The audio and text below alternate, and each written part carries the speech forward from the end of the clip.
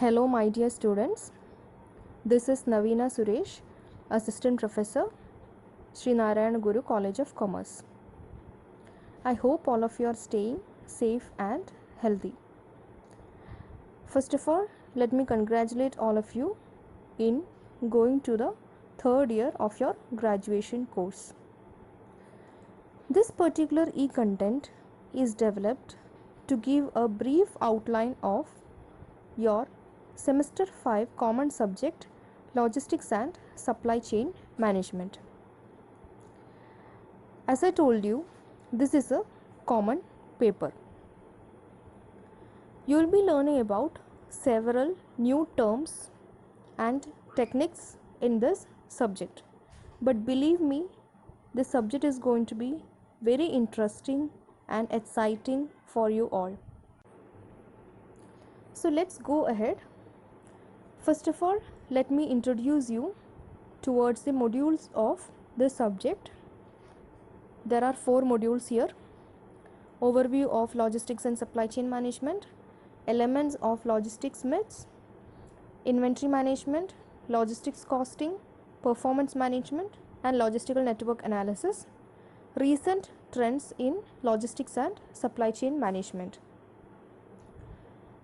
Now these terms may be new to you, but most of these terms which you are going to learn in this particular subject are the ones which we use in our day-to-day life.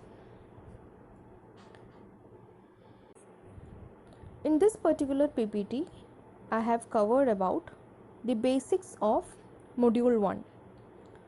Module 1 consists of 4 important topics: Introduction to Logistics, Introduction to Supply Chain Management, Customer Service and Demand Forecasting. So, as I told you, this PPT will be going through the first topic, that is Introduction to Logistics. So, let's begin. First of all, let's go through a definition of logistics.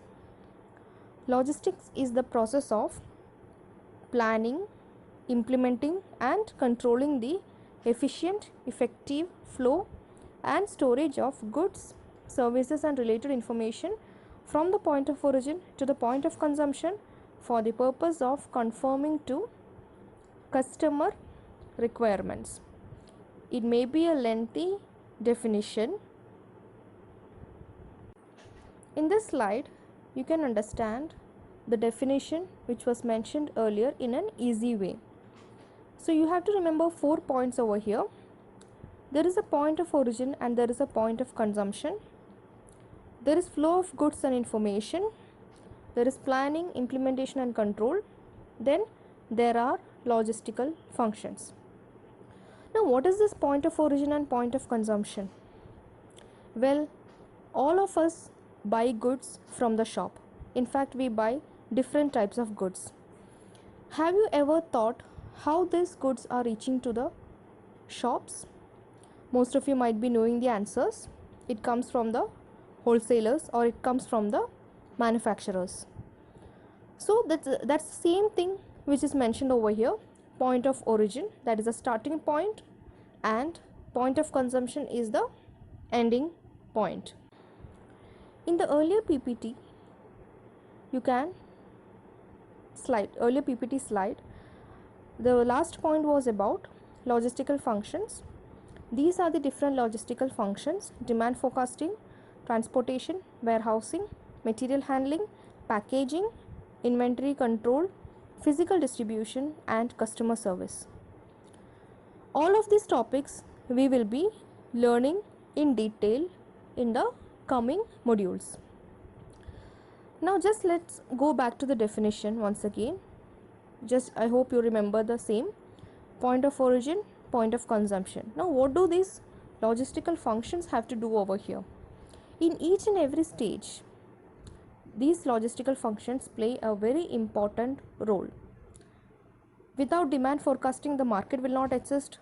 Without transportation, we cannot move the goods from one place to another. Without inventory control, we cannot store the goods, like that. And at each stage, as I told you, starting from the supplier, then to the manufacturer, then the distributor in some cases, then wholesaler, then retailer, and to the final customer. At all these different stages, several functions, intertwined functions are happening, and this is considered as the crux of the logistics and supply chain management subject. So each of these functions are equally important. In fact, we cannot avoid any of these functions. Like transportation means moving goods from one place to another, warehousing is required to store the goods, packaging is required to wrap your product, inventory control is very much important to maintain the quantity of the inventory which is being bought in the organization and which is moving out of the organization. Then customer service, of course, customer service is something very important nowadays. Moving on to the next slide, we can see about logistics mission. Now, what is a mission? A mission can be any aim or any objective. Now, what is the mission of this logistics? There are 4 points mentioned here. First one is service. Here service means service to all the stakeholders. Then cost. Cost should not compromise the quality of the product or service. Then there is flow of information and flow of materials. Flow means movement. The movement of information can happen from the market to the plant and from the plant to the suppliers. Here remember, plant means the factory or the manufacturing unit. Then there is flow of materials. Materials move from the suppliers to the plant, that is in the form of raw materials, and from the plants to the markets in the form of finished goods. Moving on, we are going to see another important topic here, that is integrated logistics. What is meant by integration? Integration means something to bring together, something which is bringing together. So integrated logistics, it is a process of anticipating the customer requirements or needs.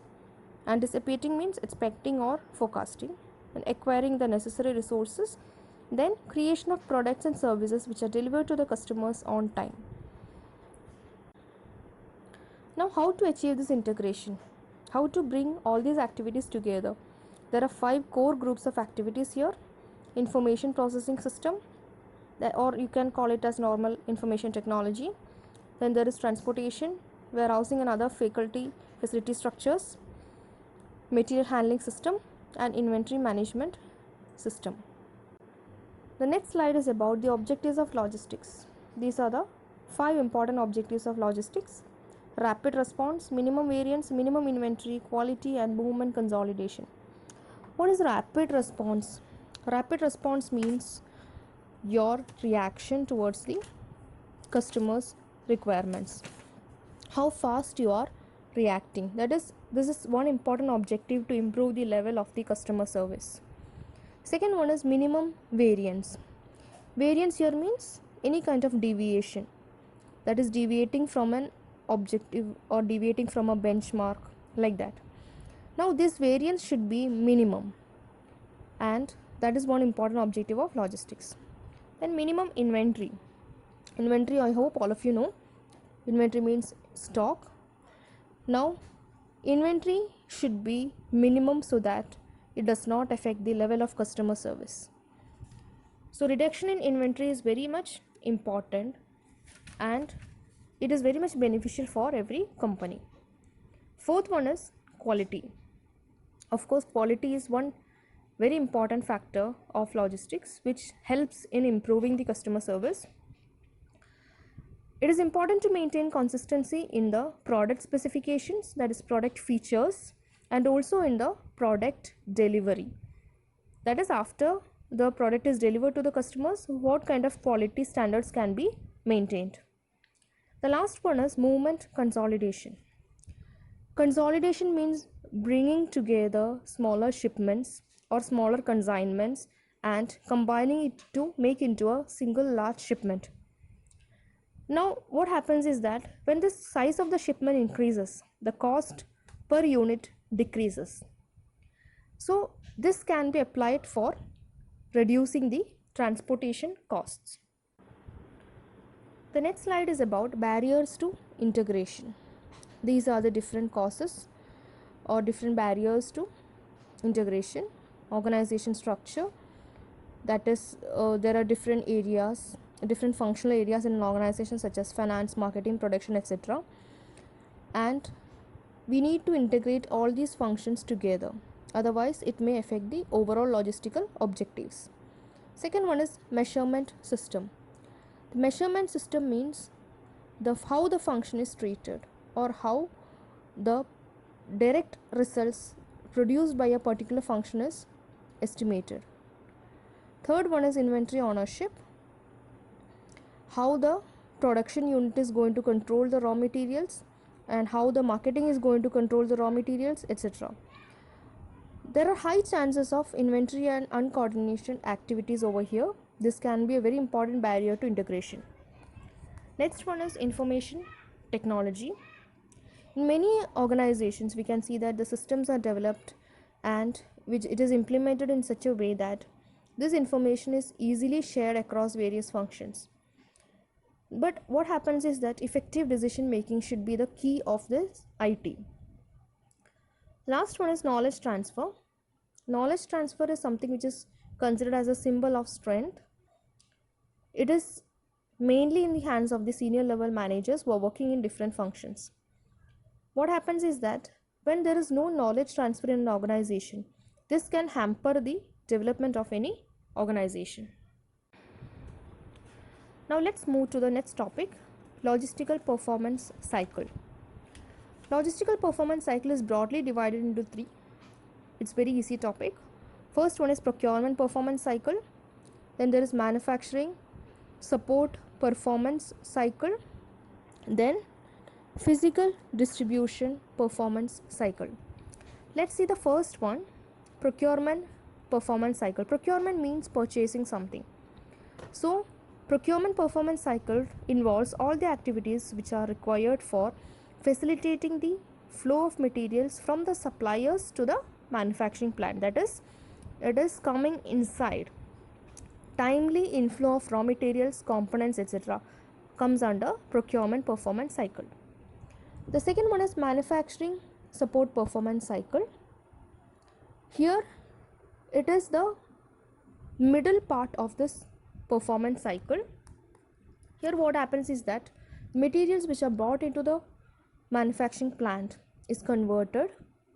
And the third one is physical distribution performance cycle. It is used to distribute the finished goods in the marketplace through various distribution channels. The distribution channel members include these wholesalers, retailers, etc. So here what you have to remember is that procurement performance cycle shows inward movement and physical distribution cycle deals with the outward movement of goods. Now let's see the next topic, logistical competency, or it is also known as a 3C model. There are three important elements under 3C model, that is company, competitors and customers. The company should ensure that they can achieve competitive advantage over other companies through this 3C model. They should ensure that there is proper value addition, there is proper value advantage and cost advantage in all the different stages. This will help to have a good interconnection between company, competitors and customers. Moving on to the last topic over here, this particular topic is about reverse logistics. We have seen what is logistics. Starts from the origin to the consumption, or point of origin to the point of consumption. Reverse logistics, as its name suggests, is exactly opposite. Reverse logistics happens in the reverse direction of the supply chain, that is from the point of consumption to the point of origin. Now why this is happening? There are different reasons which are explained over here briefly. When you are returning reusable packaging, like what example can you give? When we are returning our gas cylinders, when you are returning your soda bottles after consumption, etc.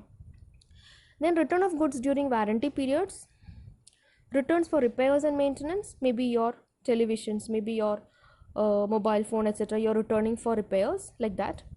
Returns during exchange offers and product recall. In all these stages, what happens is that the goods are moving in the reverse direction from the point of consumption to the point of origin. The last one, product recall, may be a new term for you. Product recall is something when the companies call back their products which is already sold in the market. This is something very common in the automobile industry. Several automobile industries have recalled their vehicles. Few examples are about BMW India, Honda cars, Hyundai Motor India, like that. Now the primary reasons for recalling were faulty airbag, faulty suspension component, brake issues, like that. Once the maintenance is done or once the defect is cleared, it is given back to the customers. So this is the last topic in the particular PPT, reverse logistics. I hope these concepts are very much clear to you all. Any doubt, please feel free to contact. Thank you.